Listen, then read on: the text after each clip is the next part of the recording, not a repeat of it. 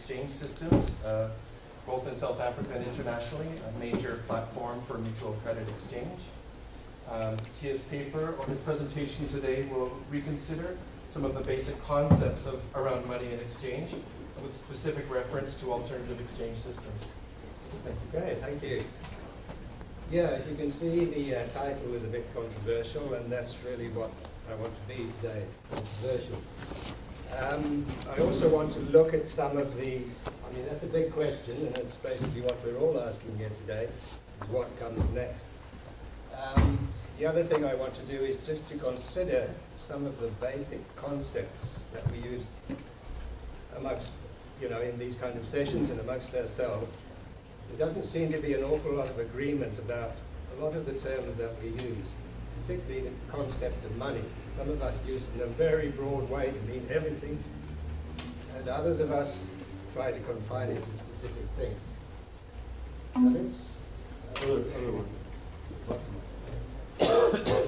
I'm basically showing you the same list that Tom showed you earlier, because that's really our starting point, is that we have all these converging global crises, and this is not just a random list of things that I thought up. All these things are kind of related, and they're all converging, and they're all coming about really because we've kind of reached limits. These are limits of resources, overpopulation, we've used up all the water in the earth, we mined up practically everything, and the money itself is running out of places, running out of things to invest in. All the investment today is taking place essentially in a virtual economy up there in the sky, because we've kind of run out of things to invest in the earth. So that's our starting point. This is why we're looking at a replacement for capitalism. Of course, capitalism gets the blame for everything. It gets the blame for all the problems because it's the prevailing economic system, and it's global, and we no longer can say, well, part of the world is socialist and the other part is capitalist, and at least then they're in competition with each other and see which one comes out on top. It's just this one economic system, it's global, and it seems to be behind all the problems that we face. But is it actually possible to replace one big global system with another? Is there an off-the-shelf system that we can take? We hear all kinds of designs. There's socialism, there's communism, there's fascism, there's all kinds of other systems, green economies and brown economies and all kinds of different things. Can we simply lift this one up, put it over there, and put another one on top? Obviously, we can't do that. An economic system is really a manifestation of all kinds of other processes underneath. And is it possible to design another economic system? I would say not. It's too complex. No. How can you actually just design it, sit down and draw a whole lot of flow charts and arrows and things and then start applying them? You can't really do it. So does there need to be a political? We need a revolution. Let's destroy it and put something else in its place. But what? Is there any agreement? Is there any political party that can do that? In fact, do we want to replace capitalism with some other system that's also global? Really not. And all the theories of social development that we've grown up with tell us that development, human development from the beginning of time, when we climbed out of the trees and started hunting and gathering, has been a linear progression of increasingly involved in complex systems, and society moves from one stage to the next. We've all read these things, you've got hunting and gathering and agriculture and whatever came in between, slavery and capitalism and all sorts of other things. So in each stage is just a higher stage where we produce more and more, and we overcome the barriers to producing more. But do all societies evolve to higher levels? Is this actually the case globally? These theories are mostly written by Europeans who studied the development of Europe, and then Europe went out to the rest of the world during its period of imperialism and colonialism and imposed systems on the rest of the world. So if you look at it, it does seem to be that we do progress through all these phases. But would those societies have actually followed that path?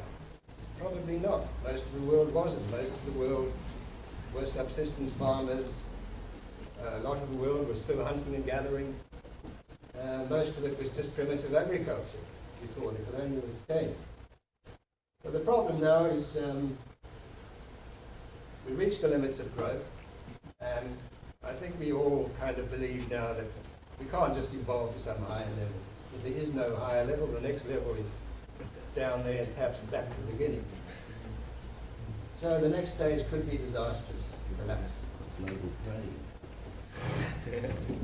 And after we have this collapse, if it comes, which societies will in fact be the most advanced or the most developed? In fact, be the ones that never took the industrial path and who lived sustainably and who treated the environment with respect. So I want to start talking now about exchange, because that's what we're here for. And as I said, we've grown up with these theories of development, and always the focus has been on production. So we told about these different modes of production, and this always places the focus of development on production. In other words, on the mode of production, relations of production, one production system evolving into another production system. But what I'd like to say is, let's actually turn that around, because if we rather look at relations of exchange, or exchange systems instead of production systems, we can get a different perspective on the developments of humanity. And you might say, well, exchange comes after production. You've got to produce stuff first, and then you exchange it. I would like to say it's probably the other way around, although the two are absolutely intertwined. You produce things to exchange things, but what you produce is obviously determined by the exchange relationships that you have.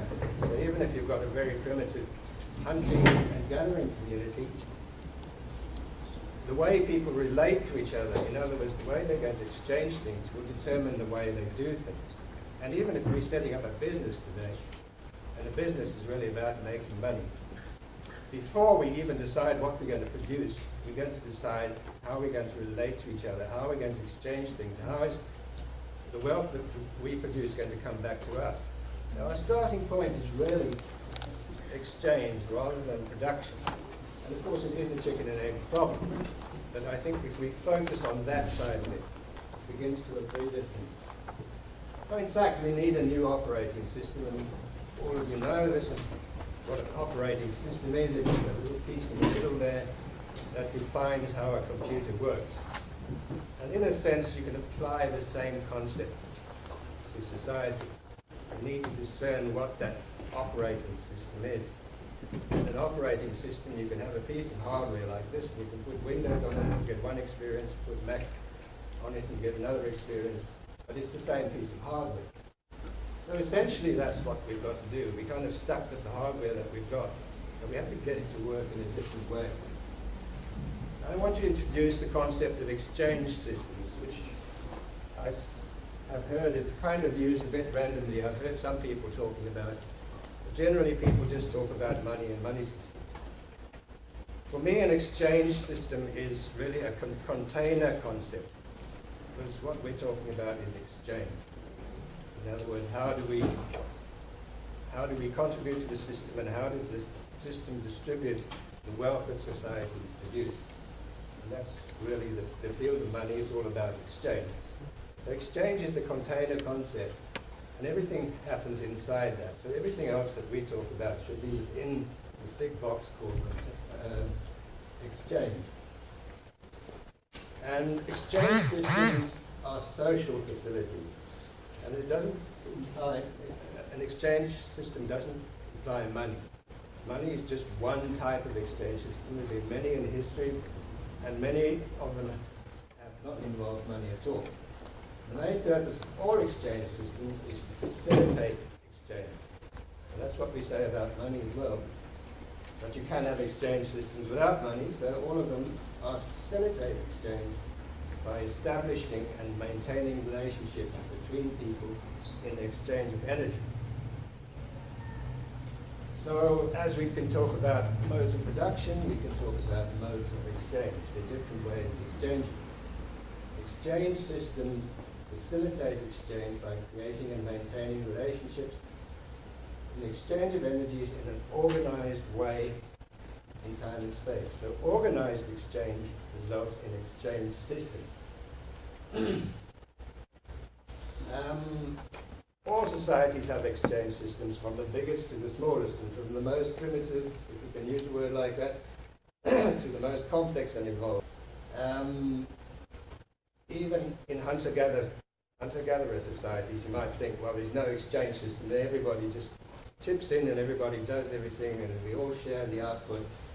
But there are evolved exchange systems because people don't only exchange objects. I mean, the economic books tell us that before money there was just a spot trade where people were bartering things, which we now know is absolute nonsense because these communities were sharing communities and essentially gift communities.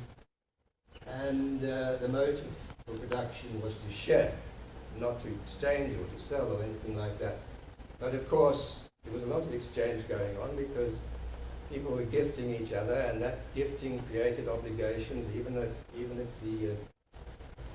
the gifting seemed to be unconditional. That was the way that wealth spread around the community. The same way that money makes energy spread around, gifting and sharing was a way of spreading the energy around.